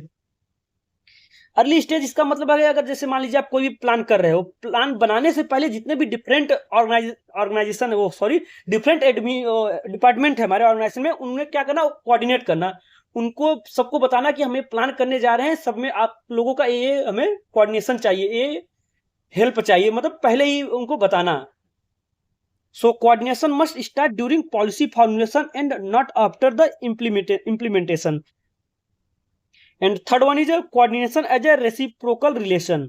Means that देखिए हमारा रेसिप्रोकल रिलेशन मतलब ऐसा है कि हमारे जितने भी डिपार्टमेंट है वो ऑर्गेनाइजेशन में एक दूसरे को क्या करे, कोऑर्डिनेट करे, इस तरह के कोऑर्डिनेट करे कि एक के जो आउट होगा दूसरे के इनपुट का काम करे, और उसका आउटपुट अगले यूनिट के लिए इनपुट का काम करे, और एक दूसरे से क्या हो, कॉन्टेक्ट में रहे। All parts of organisation are interdependent. And last one is coordination as a continuous process. अब देखिए इन्होंने बताया कि अगर ऑर्गेनाइजेशन में हम अगर कोई भी कोऑर्डिनेशन कर रहे हैं, प्लान अगर कोई बना रहे हैं, उनके प्लान बनाने से लेके उस प्लान को एग्जीक्यूशन और उसके फीडबैक तक क्या करेंगे, हम सारे डिपार्टमेंट का क्या करेंगे, कोऑर्डिनेशन रहेगा, कॉन्टिन्यूअस रहेगा। Coordination must be ongoing and dynamic. These principles anticipate modern ideas like network governance and collaborative administration. देखिए जो हमारा इसमें प्रेजेंट सिनेरियो चल रहा है नेटवर्क गवर्नेंस का, और ये हमारा मेथड बहुत ही इंपॉर्टेंट है। Now next is circular response. So what is a circular response? Follett introduced the concept of circular response. So meaning of circular response, interaction between individual is a reciprocal and dynamic. देखिए circular response से आप ये समझ सकते हो कि जैसे organisation में डिफरेंट डिफरेंट लोग हैं, उनका क्या मतलब एक डायनेमिक मतलब इंडिविजुअल का क्या इंटेंशन है अगले को लेके, इस चीज को क्या करना है, एक स्टडी करना। और जैसे उस ग्रुप में हमारे जो वर्कर्स होंगे, इंप्लॉय होंगे, उनका बिहेवियर क्या करेगा, इन्फ्लुएंस करेगा अदर को।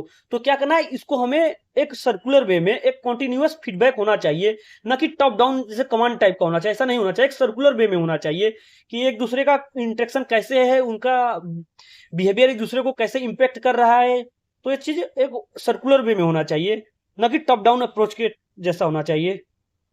And next is leadership in dynamic administration. देखिए लीडरशिप के कुछ principles and qualities and process बताए हैं फॉलर जी ने, आइए हम उसको देखते हैं एक एक करके।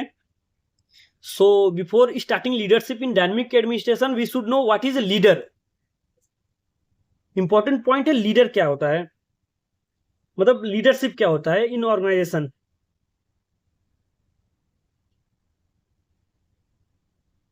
First we should know what is a leadership. So according to Follett, a leader is not the head of the department or president of the organization, but one who can see all around a situation, who sees it is related to certain purpose and policies, who sees it evolving into the next situation, who understands how to pass from one situation to another.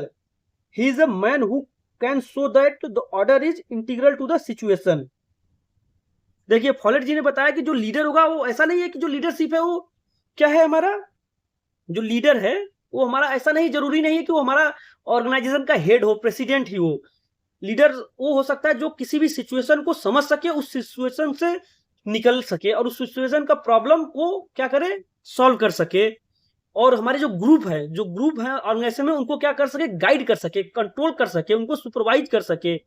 तो वो होगा हमारा leader, और उसके जो activity होंगे वो चीज करने के, वो हमारा क्या होगा, लीडरशिप होगा। बेसिकली फॉलेट जी ने लीडरशिप के कुछ क्वालिटीज और कुछ फंक्शन बताए लीडर के, तो उसको एक एक करके देखते हैं। और फॉलेट जी ने बताया कि ऐसे बंदे, जो ऐसे मतलब लोग होते हैं जो लीडर होते हैं, वो जरूरी नहीं कि टॉप पोजीशन पे हो, हमारे ऑर्गेनाइजेशन में किसी भी पोजीशन पे हो सकते हैं। तो इंपॉर्टेंट पॉइंट ये है कि लीडर कौन है। लीडर ऐसा नहीं है लीडर मैनेजर ही लीडर होगा। लीडर वो हो सकता है जिसके पास नॉलेज होता है, सिचुएशन को हैंडल करने के तरीके हो, लोगों को एक दूसरे से कोऑपरेशन बना के रख सके, ऐसा वो लोगों को प्रमोट करे, मतलब मोटिवेट करे, तो वो होगा हमारा लीडर। नहीं तो ऐसे तो लीडर और मैनेजर में कोई अंतर ही नहीं रह गया। तो इसलिए जो मैनेजर होता है वो टॉप पोजीशन पे होता है, बट लीडर कहीं भी हो सकता है ऑर्गेनाइजेशन में। फॉलेट जी ने बेसिकली अपने ओपिनियन दिए हैं, और इसी को लेके बेसिकली फॉलेट जी ने बताया कि जो हमारा लीडर होगा, लीडर क्या करेगा, पावर विथ, जो उसके पास पावर होगा, पावर ओवर नहीं होगा, पावर विथ होगा।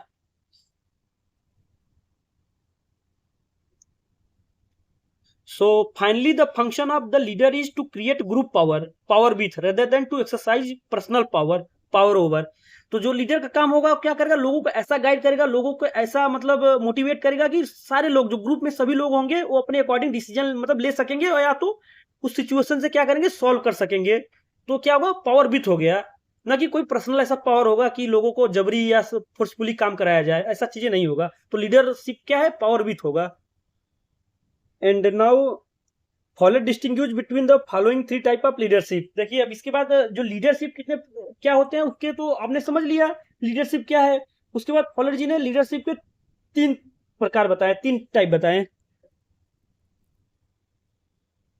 सो फॉलेट डिस्टिंग्विश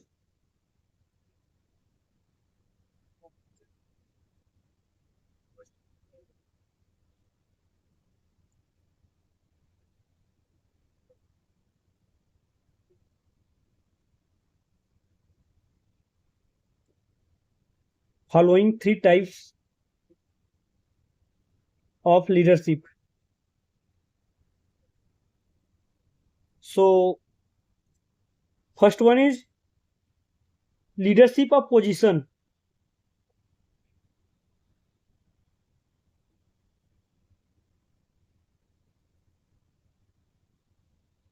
देखिए लीडरशिप ऑफ पोजीशन क्या होता है, the leader hold a position of formal authority अब देखिए जो लीडरशिप ऑफ पोजीशन होगा, मतलब उसमें क्या होगा, लीडर एक फॉर्मल अथॉरिटी को क्या करेगा, होल्ड करेगा, मतलब एक ऐसे पोजीशन पे होगा कि वो उसके अंदर लीडर वाली क्वालिटी आएगी और वो जो कहेगा उसको लोग मानेंगे। तो क्या होगी क्वालिटी, जो लीडरशिप क्वालिटी हो गई, वो पोजीशन के द्वारा है, वो उसके पास वो उस पोजीशन पे है कि उसको हम लीडर मान रहे हैं। तो क्या होगा, लीडरशिप बाय पोजीशन।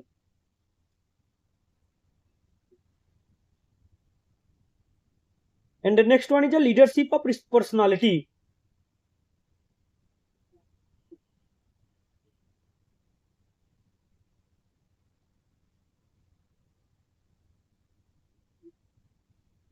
देखिए लीडरशिप ऑफ पर्सनालिटी मीन्स क्या होगा, the leader hold forceful personal qualities. इसमें क्या होगा, देखिए अगर किसी किसी के कुछ ऐसे पर्सनल इनबिल्ट क्वालिटीज होते हैं कि उनको मतलब हम क्या करते हैं, उनके चीजों को हम खुद से फॉलो करते हैं। ऐसा नहीं कि उसको कुछ कोई सी फॉर्मल अथॉरिटी दी गई हो, किसी के द्वारा ऐसा उसको मतलब पावर दिया गया हो कि वो लीडर बन सके, ऐसा नहीं हो। बट उसके पास एक ऐसे इनबिल्ट क्वालिटीज होती हैं, पर्सनल क्वालिटीज होते हैं कि उस क्वालिटीज को देख के हम क्या होते हैं, प्रभावित होते हैं, इंप्रेस्ड होते हैं और उसके ऑर्डर को हम फॉलो करते हैं। तो वो भी क्या हुआ, एक लीडरशिप के टाइप्स हुए। तो इस लीडरशिप को क्या बोलते हैं, leadership of personality. And third one is leadership of function.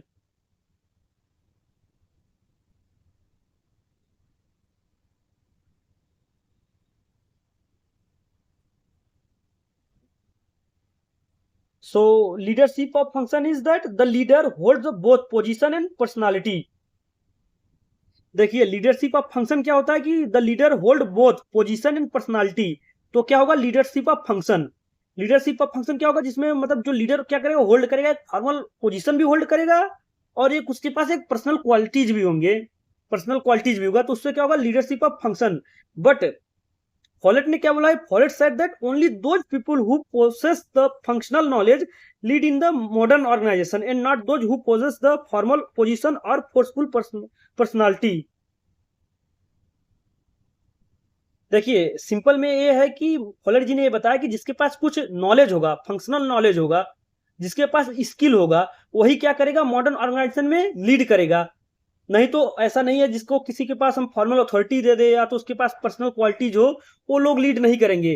Lead वही करेगा जिसके पास क्या हो, फंक्शनल नॉलेज हो, स्किल हो। वो मॉडर्न ऑर्गेनाइजेशन में वही लीडरशिप क्वालिटीज होगा, वही लीडर लीड करेगा ऑर्गेनाइजेशन को। Now roles of leader. अब देखिए लीडर के रोल क्या क्या है। So first role is coordinate activities. अब कोऑर्डिनेट एक्टिविटीज आप तो समझ सकते हैं कि जो हमारा लीडर होगा क्या करेगा, जो डिफरेंट यूनिट्स होंगे उनके उनको क्या करेगा, हार्मोनाइज करेगा, सिंक्रोनाइज करेगा, उनके इफर्ट्स को क्या करेगा, लीड करेगा, उनको क्या करेगा, सम अप करेगा। So to integrate different parts and weld them into effective unity. So it is the coordinate activities of leader. Second one is a create common purpose, means that definition of purpose to clearly set the pattern and objective of the organization, means that create common purpose, मतलब उस organisation का क्या करेगा, एक common purpose set करेगा, clear करेगा, define करेगा सभी इंडिविजुअल को, ग्रुप्स को, कि उस ऑर्गेनाइजेशन का क्या ऑब्जेक्टिव है, उससे क्या सेट ऑफ रूल्स है, सब कुछ क्या करेगा, क्लियर करेगा। And next is develop collective responsibility to develop leadership among the subordinate. इसमें क्या होगा, देखिए डेवलप कलेक्टिव रिस्पॉन्सिबिलिटी में क्या होगा, मतलब जितने भी उसमें ऑर्गेनाइजेशन में सबॉर्डिनेट होंगे उनके बीच क्या करेगा, एक लीडरशिप क्वालिटी डेवलप करने का भी हमारे लीडर का रोल होता है। Now next point is view of democracy. Follett supported participatory democracy. Participatory democracy का मतलब होता है कि जिसमें लोगों का डिसीजन मतलब इन्वॉल्वमेंट हो, डिसीजन मेकिंग में लोग मतलब पार्टिसिपेट करे तब जाके कोई डिसीजन लिया जाए, तो उसी को बोलते हैं हम participatory decision. So key ideas of participatory democracy.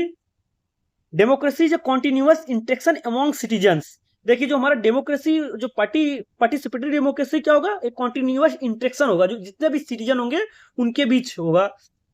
So government should involve people in decision making. Democracy grow from local community groups. देखिए बेसिकली सब क्या चीजें, सोशल के हित के लिए चीजें हैं। So this idea later influenced participatory governance, community development and decentralisation. देखिए अभी तो आप पंचायती राज सिस्टम जब पढ़ेंगे तो उसमें यही चीजें है, पार्टिसिपेटरी डेमोक्रेसी आया है।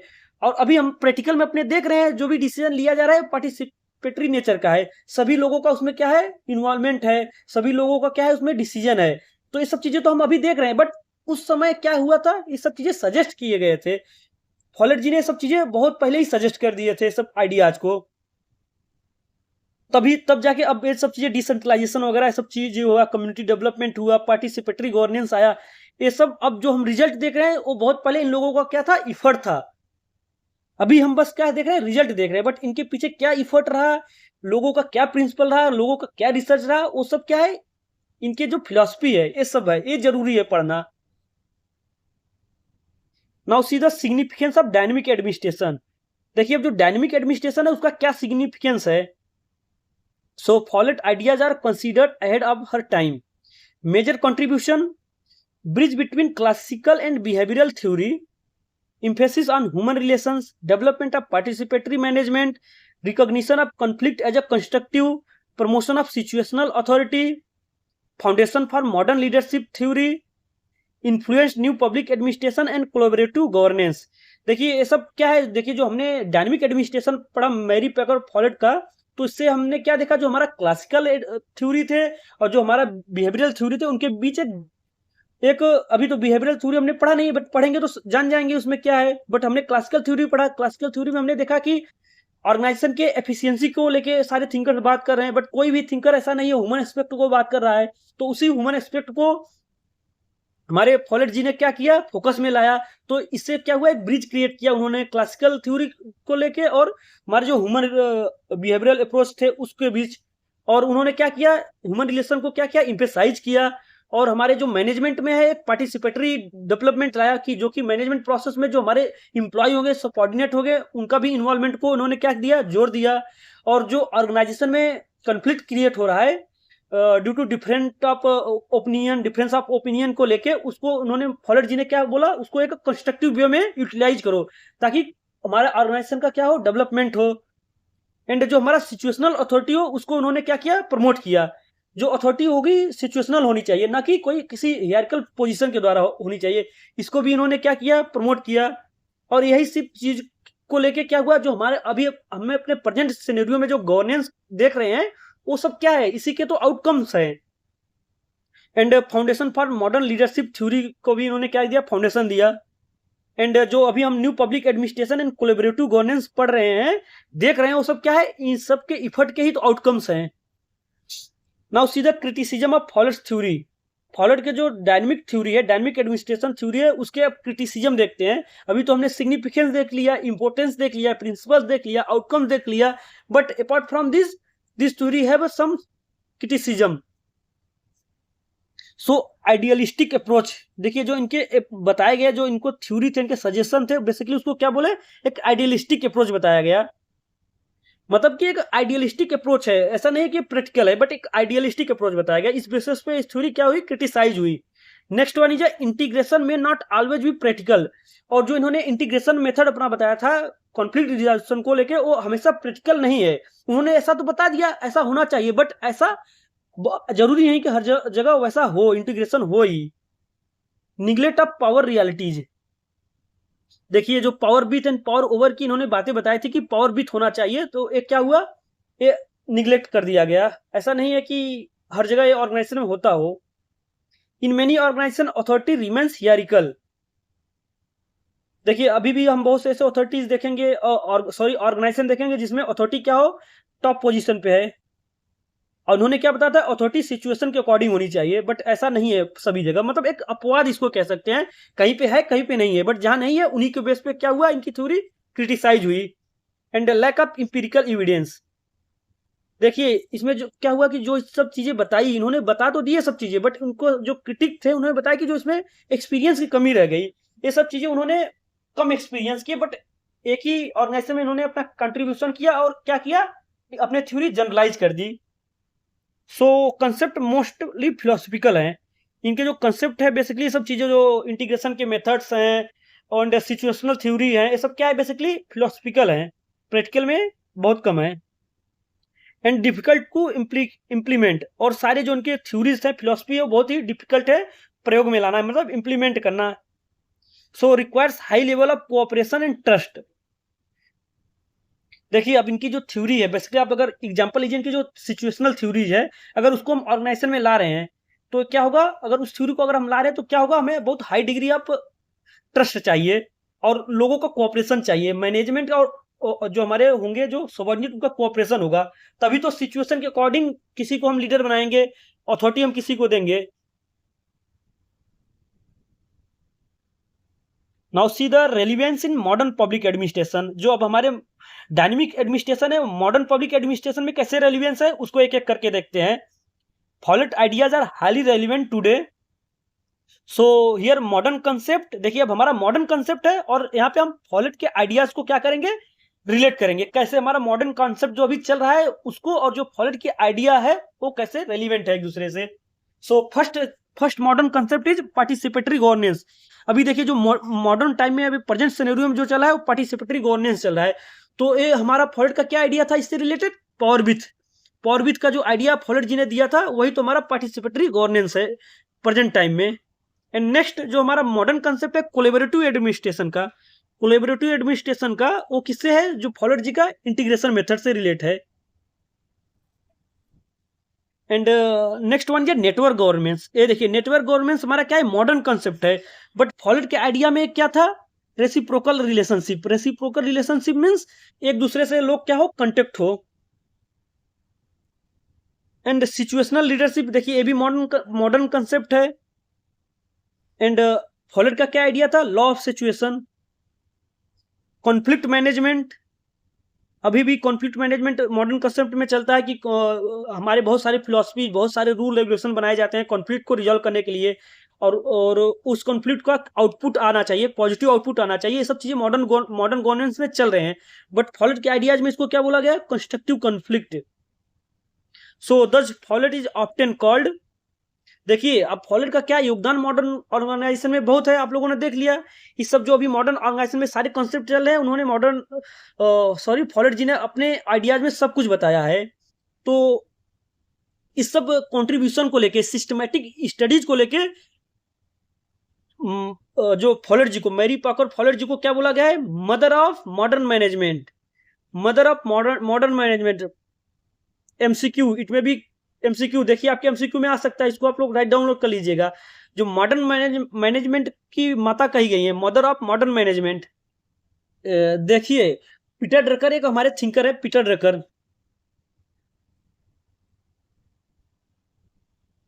उन्होंने क्या बोला है, उन्होंने बोला कि Peter Drucker the management theoretician called her prophet of management and his guru. देखिए प्रोफेट ऑफ मैनेजमेंट बोला है पीटर ड्रकर ने।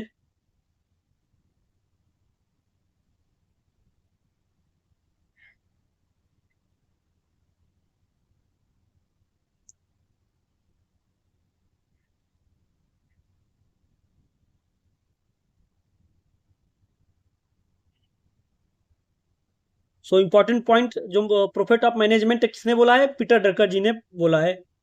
किसको, मैरी पॉकर फॉलेट को, और अपना गुरु भी बताया है। So conclusion, Mary Parker Follett dynamic administration transformed the understanding of organisation from mechanical structure to living social system. Her emphasis on integration, cooperation, participatory leadership, and situational authority laid the foundation for modern administration thought. Even today, her ideas remain highly relevant for democratic governance, collaborative administration, and effective conflict resolution. So, देखिए one more important point, जो classical thinker थे उनमें employ को क्या था, economic man इरा बोलते हैं।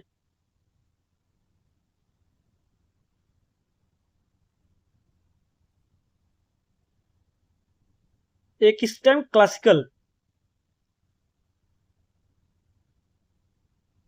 And but Mary Parker Follett को क्या बोला गया है इनके फिलोसफी को लेके, सोशल मैन इरा।